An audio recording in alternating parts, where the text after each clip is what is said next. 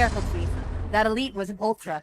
Okay, we're going to be talking about some of my favorite Book of Mormon scriptures today, and that is Alma the Younger's lecture to his son Corianton. And there's actually a lot going on. There's a lot that is not exactly obvious, but I did want to talk about Corianton and what exactly did he do. I think a lot of times when we talk about Corianton and his mistakes, we focus a lot on, lust, sexual immorality, which are serious concerns. These are the sort of sins that behead kings and civilizations, behead Baptists, those sorts of things. So they are serious sins. But what exactly is it that Corianton did? What were the depths of the consequences of his actions? So, when we open up our Book of Mormon at chapter 39, it says, sexual sin is an abomination. And remember, the italics are not, anything in italics is not from Mormon.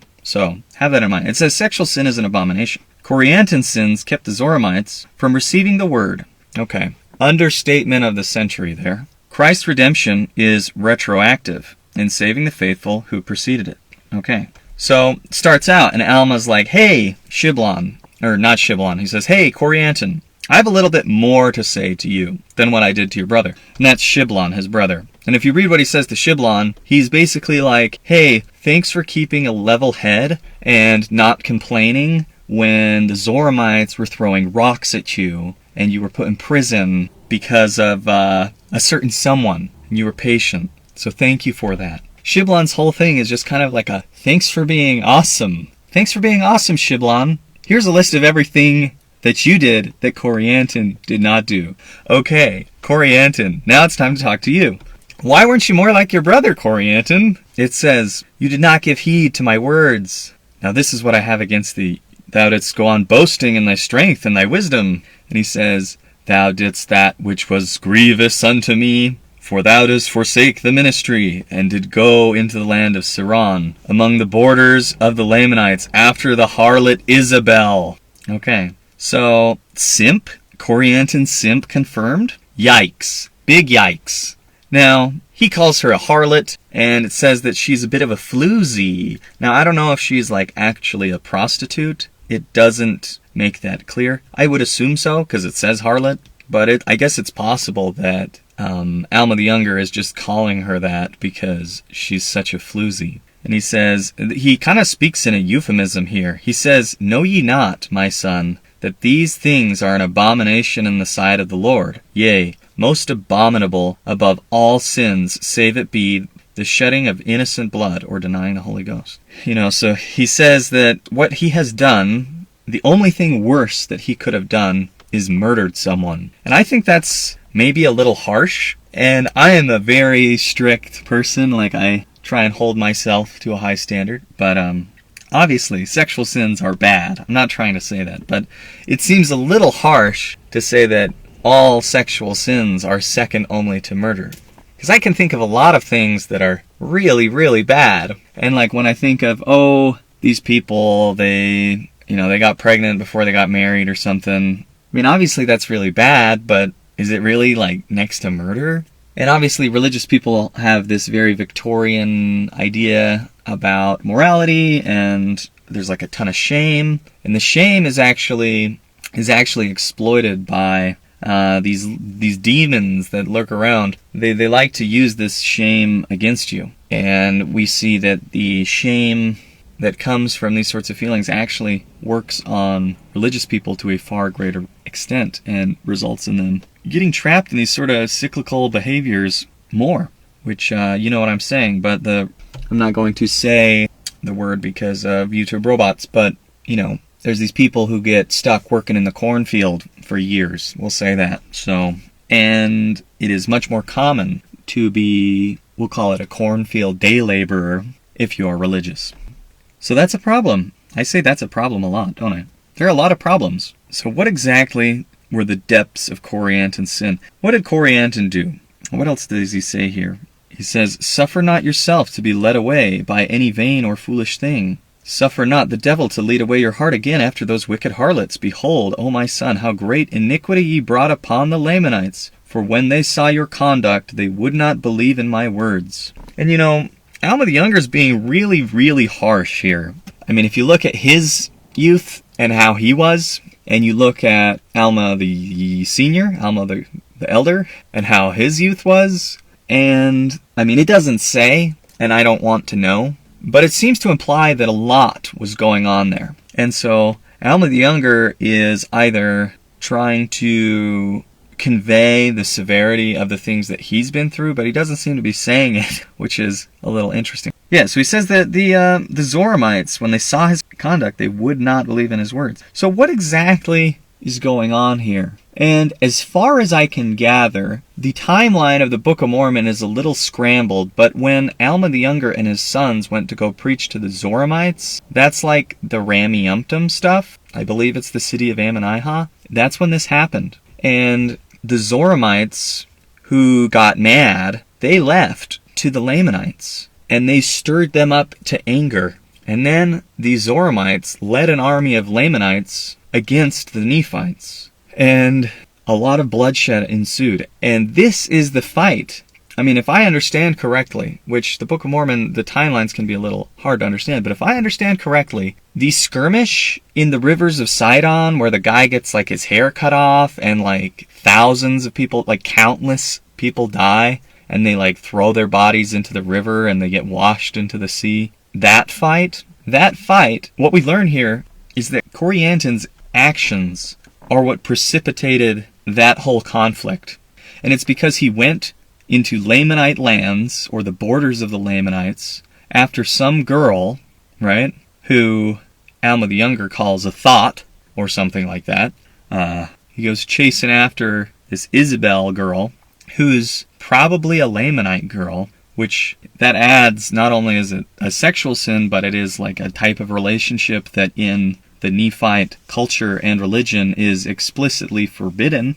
And the Zoramites would have been on the same page. He goes after her, and sin ensues. We won't elaborate. And how do you think that the Zoramites got the Lamanites ready to go split some Nephite helmets? How do you think they got them riled up? I have a pretty good idea of how that would go down, and it starts with this story about Corianton. Look at these guys. They think they're so much better than you. They're preaching about God. They come to us to tell us that we're not righteous, and look what they did. Look what they did to one of your daughters. Let's go, okay? Ready the war wagons, or whatever. And all of that is what happened. And then they both got locked up. Shiblon got rocks thrown at his head, and it's all because of this chasing after a girl. Chasing after a Lamanite girl, a forbidden girl, someone that you shouldn't be doing that because it's forbidden. And, you know, we've seen, the Nephites know what happened when the Lamanite daughters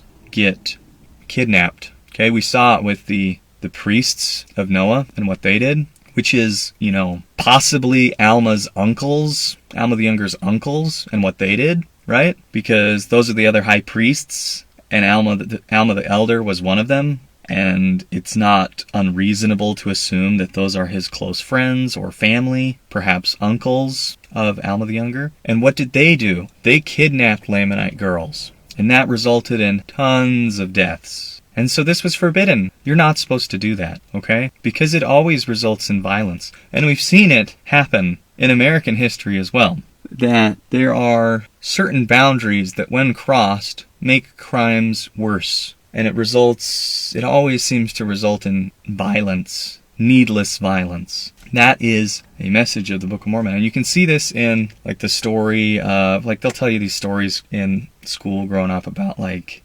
I think his name is, like, Emmett or something, that, I mean, he went into, like, the store where this lady worked who was married, and he, like, assaulted her. And then, you know, the husband's community, they get extremely angry. And then Emmett's community, they're extremely worried about what the consequences of these actions will be. And so some men from Emmett's community teamed up with some men from the community of the husband, and they murdered this Emmett guy. And it was horrible. I mean, it's a horrible, horrible thing to happen. But we see this in American history happen a lot. And the fact that the Book of Mormon calls out these sorts of crimes so specifically and in such detail, and there's such counsel about it, it's really really, really interesting to me. And so I think it goes far beyond sexual sin.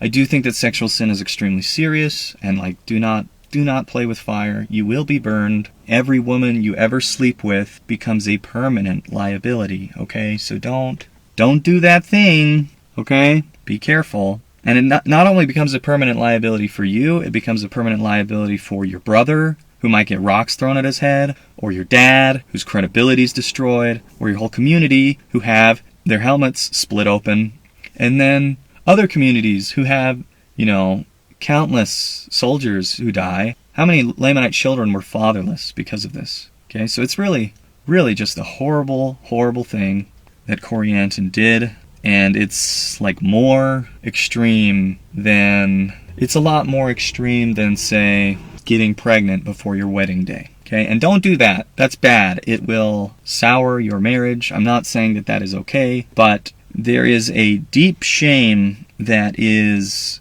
in our minds, and I think largely, like, this chapter is pretty, for me, this chapter was very haunting for me for a very long time, but as I've learned to think about it more deeply, and there's a lot of other things that have happened, but I think that the shame has to stop. You gotta stop feeling ashamed, okay?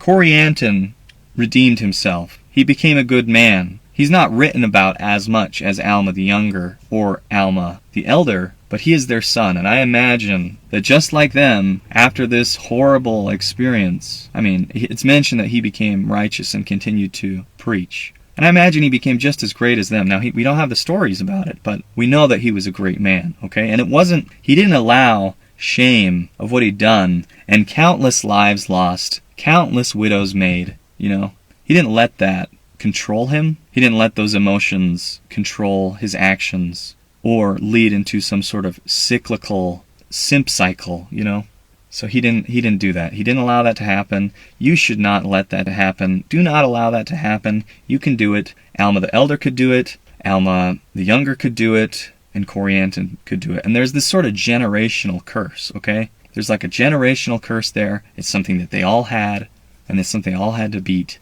And it's not really Corianton's fault that he's Alma the Younger's son, and he's Alma the Elder's grandson, and they all have this demon, okay, that they need to conquer, and they all did it, okay? So when you're thinking about these types of sins, okay, and you read about Corianton, please do not beat yourself up too much, okay? You're not as bad as Corianton.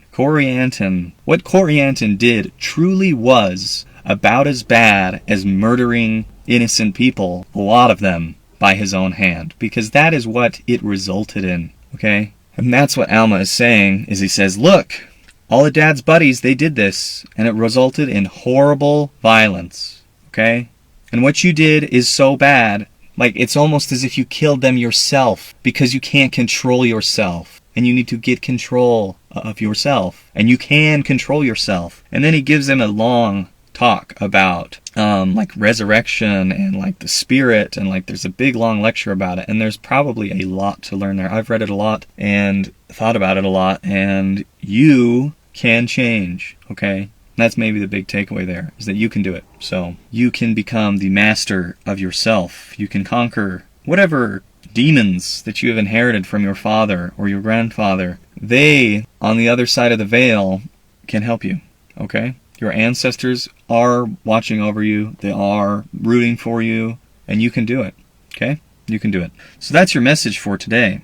Please do not beat yourself up, but also take sin seriously, and you can do it. You can do it like Corianton. No one has fallen further than Corianton, probably, and been redeemed further than him. And I think that is the message of hope that the Book of Mormon brings to those who are willing to actually read it. And I think that if we just read the italics, we maybe get the wrong idea of the profound level of repentance that Corianton was able to achieve, and the level of greatness, like the level of greatness that he was able to reach, that he was not beyond the atoning power of Christ. He was not beyond that redeeming power, and that's what all these chapters are about, these lectures to Corianton. And he was not beyond it. And Alma the Younger understood it better than anyone, because he's the one who was tortured in like an angel prison, like in an angel coma or something, right? I think it talks about that in a couple chapters before. That is your lesson about Corianton. You can do it, and no one other than you can or is willing to do it, because it's your life, so you gotta do it, and you can. That's your lesson for today. Stay faithful, keep at it, keep at the grind, don't give up, don't let these demons overwhelm you, overwhelm your mind, whatever your demon is, and know that there are others who struggle in very similar ways. Do not think that you have to be alone, because Corianton, he had Shiblon. And Shiblon, they're all in the same family, but Shiblon, he was able to hold it together. So find yourself someone like Shiblon. Find yourself a Shiblon to help you. Anyway, those are my thoughts on Corianton and immorality, okay? Have a good one.